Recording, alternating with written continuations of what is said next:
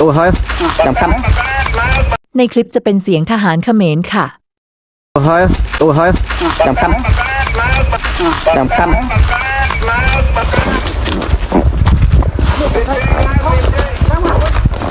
ลาวนี่เนอะหลังเหตุการณ์ที่กองกำลังฝ่ายไทยเคลื่อนกำลังรุกเข้าไปในพื้นที่บึงตากวนอำเภอตาพระยาจังหวัดสระแก้วก่อนจะถอนตัวออกมา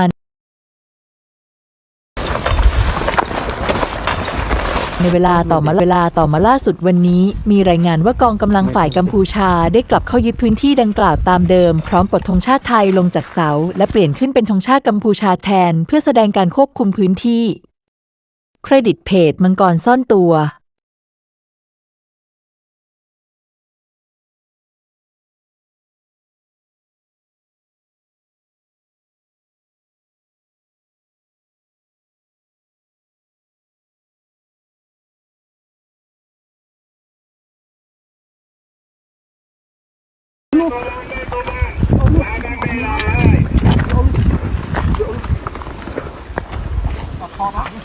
พอตอนนี้ทำเป็นโอจ่ายกันนะตักได้ตรงนี้ได้